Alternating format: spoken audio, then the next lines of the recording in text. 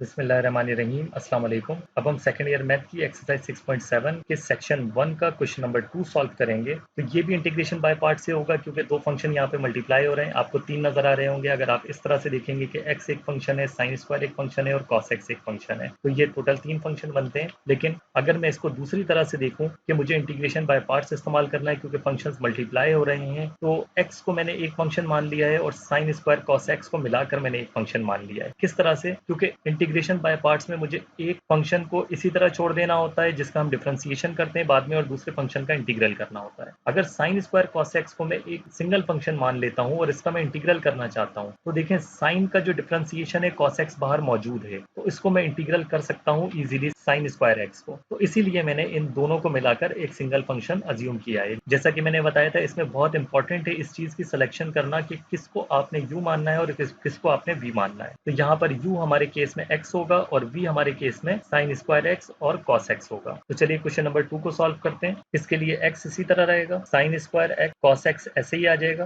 Then अब हम integration by parts करते हैं। एक्स को मैं इसी तरह छोड़ूंगा क्योंकि इसको मैं यू मान रहा हूँ और sine square x cos x dx इसका इंटीग्रल आ जाएगा दूसरे पार्ट का v का। देन माइनस साइन आता है, फिर ये होल वाला इंटीग्रल आएगा जिसके साथ हम स्क्वायर ब्रैकेट लगाएंगे। देन x को हमने इसी तरह छोड़ा था, अब हम इसका डिफरेंशिएशन करेंगे डी बाई डी एक्स इस x का। देन जिसका हमने इंटीग्रल किया था v का, उसका वंस अगेन इंटीग्रल करेंगे यहाँ पर, तो आ जाएगा sine square x cos x dx, bracket close हो जाएगा यहाँ पर देखें। और देन इंटीग्रल को हम कंप्लीट कर देंगे होल इंटीग्रल को dx लगाकर। अब नेक्स्ट स्टेप में हम इंटीग्रेट कर देते हैं, डिफरेंशिएट कर देते हैं जो कुछ हो रहा है यहाँ पर। तो ये x इसी तरह रहेगा। इस पार्ट को इंटीग्रेट करने के लिए अगर हम देखें कि साइन का डिफरेंशिएशन बाहर cos x मौजूद है, तो डायरेक्टली हम इसमें पावर एक ऐड करेंगे और उसी पावर से इसको डिवाइड कर देंगे। तो ये हो जाएगा sine cube X divided by 3। Then minus sine आ जाएगा, ये cos x कंज्यूम हो गया इंटीग्रेशन के दौरान। देन ये होल वाला इंटीग्रल आ जाएगा और ब्रैकेट आ जाएगा। x का जो डिफरेंशिएशन होगा वो 1 होता है, इसका जो इंटीग्रल होगा वही सेम रूल जो हमने यहाँ पे फॉलो किया था, sign cube X divided by 3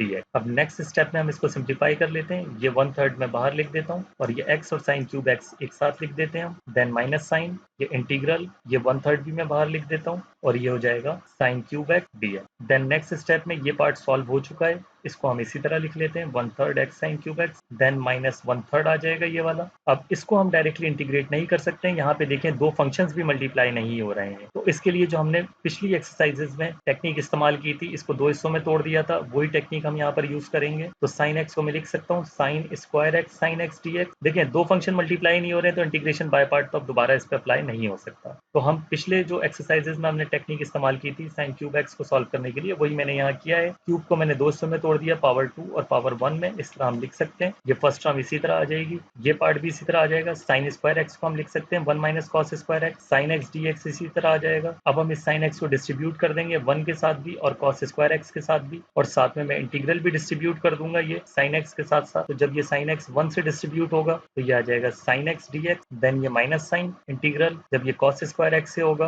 तो cos square x sine x dx आ जाएगा। अभी ये माइनस का 1/3 हमने डिस्ट्रीब्यूट नहीं किया है। अब देखें ये सिंपली इंटीग्रेट हो सकता है। साइन का जो इंटीग्रल होता है माइनस कॉस होता है और कॉस का हमने डिफरेंशिएशन देखना है बाहर, क्योंकि यहाँ पे कॉस पे पावर 2 मौजूद है जो कि माइनस साइन होता है। तो ये माइनस में यहाँ अंदर भेज देता हूँ इसके साथ। तो जब ये माइनस यहाँ माइनस कॉस का डिफरेंशिएशन बनाने के लिए साइन के साथ जाएगा तो यहाँ पे बाहर प्लस बच जाएगा। तो यहाँ हम थोड़ी सी स्पेस बनाकर माइनस साइन ऐड कर देते हैं, तो यहाँ ये माइनस आ जाएगा और ये प्लस हो जाएगा। तो देख लें वापस प्लस माइनस ये माइनस बन जाएगा। यहाँ माइनस साइन लगाने से क्या फायदा हुआ है कि ये कॉस का डिफरेंशिएशन माइनस साइन एक्स होता है। अब हम इस पे सिंपल एक पावर को ऐड करेंगे और उसी पावर से इसको डिवाइड कर देंगे और ये पार्ट कंज्यूम हो जाएगा। तो ये हो जाएगा 1/3 x sign cube x, minus का 1/3 इसी तरह आ जाएगा। साइन का जो इंटीग्रल होगा माइनस कॉस एक्स आ जाएगा। इसी तरह से इसका जो इंटीग्रल होगा एक पावर ऐड होगी और उसी पावर से ये डिवाइड हो जाएगा। देन प्लस इंटीग्रेशन कांस्टेंट, क्योंकि तमाम इंटीग्रल सॉल्व हो चुके हैं तो इंटीग्रेशन कांस्टेंट हम लास्ट में लिख देते हैं। देन नेक्स्ट स्टेप में इसको मजीद सिंप्लीफाई कर लेते हैं जितना हो सकता है। ये पहली टर्म इसी तरह आ जाएगी। अब ये माइनस माइनस प्लस हो जाएगा और 1/3 भी इससे मल्टीप्लाई होगा,